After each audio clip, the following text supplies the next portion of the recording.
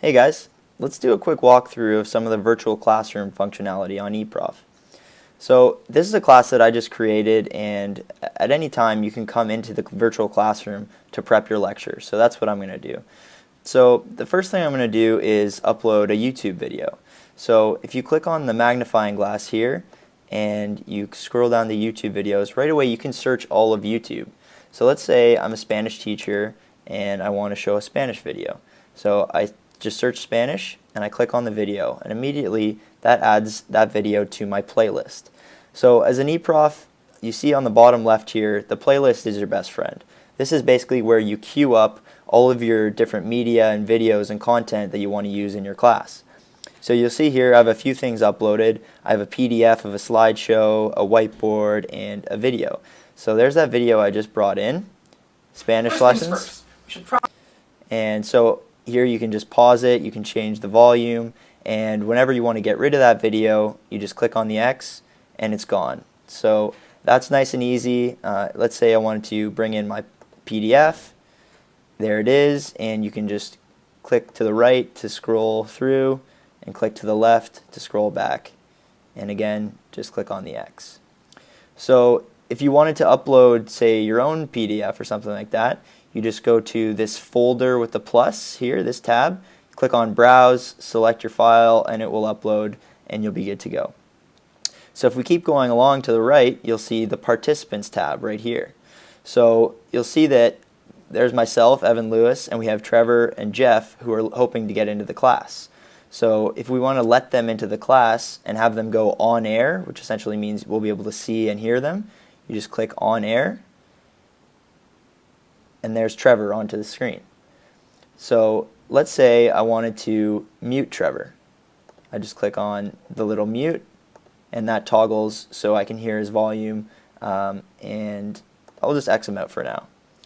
So the other way that you're going to be able to let students go on air is through this notifications tab. So as students file in at the beginning of class, as the eProf, you'll be getting notifications that will say, Trevor is looking to join the class. And just like in the Participants tab, you just click on air, and that will bring Trevor onto the screen. Another nice feature is the whiteboard. So if we keep going along here, you just click the whiteboard, and right away that brings it onto the stage area, and you can do some diagrams, get creative, use the whiteboard however you please in your lectures. Also here, a few nice features. If you want to do live text communication, you have live text chat here. Just to the right of that, you have a questions tab. So this is a nice feature if you're doing a lecture and say the students don't want to interrupt you, but they want to type out some questions and then have you filter them. So let's say I have a question, so you take all these different questions, and the ones that you want answered and you want to address in class, you just click on the name and you drag it onto the screen, and right away everyone in the class can see what the question is. So I just want to reiterate that this stage area on the left is where all of the videos and all the media and content get shown, and that view is the same for everyone. So as the eProf, you are in complete control of what gets shown on that screen. So I'm just going to have a few people go on air here just so you can see what it's like. So there's me as the eProf, and the students are filing in at the bottom here. And if I'd like to, I can swap. So let's say Jeff has a question. I hover over Jeff, click S, and I swap so that now Jeff has center stage, and now he can address a question or do a tutorial or something like that. So now I'm going to bring Jeff back down, and now I'm the eProf.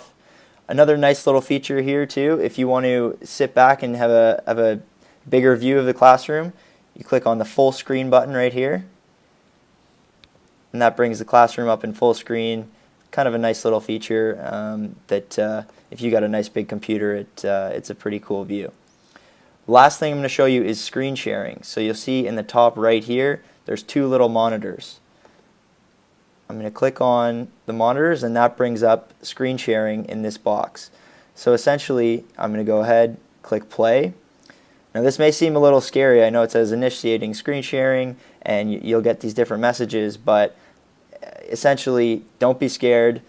As soon as you see the little pop-up that says screen sharing is now initiated, then whatever is in that box here, your students will be able to see what's on your desktop. So it can get a little confusing, but just test it out and just check, ask the students if they can see your desktop, and if they can, then you're off to the races and you can do, whatever tutorial that you're doing on your desktop. Also, another little thing, if you hover over whatever media is here, you'll see right next to the X, there's a little switch to content only view box. So you click on that, and that essentially full screens whatever content you have going there. So I'm going to go back to this view. So that's a really nice thing if you want to toggle back and forth between the full screen and this view where you can see everyone. That keeps people engaged and keeps the lessons really dynamic. So I'm going to get rid of this now. I'm going to get rid of myself, and I'll leave the guys up there.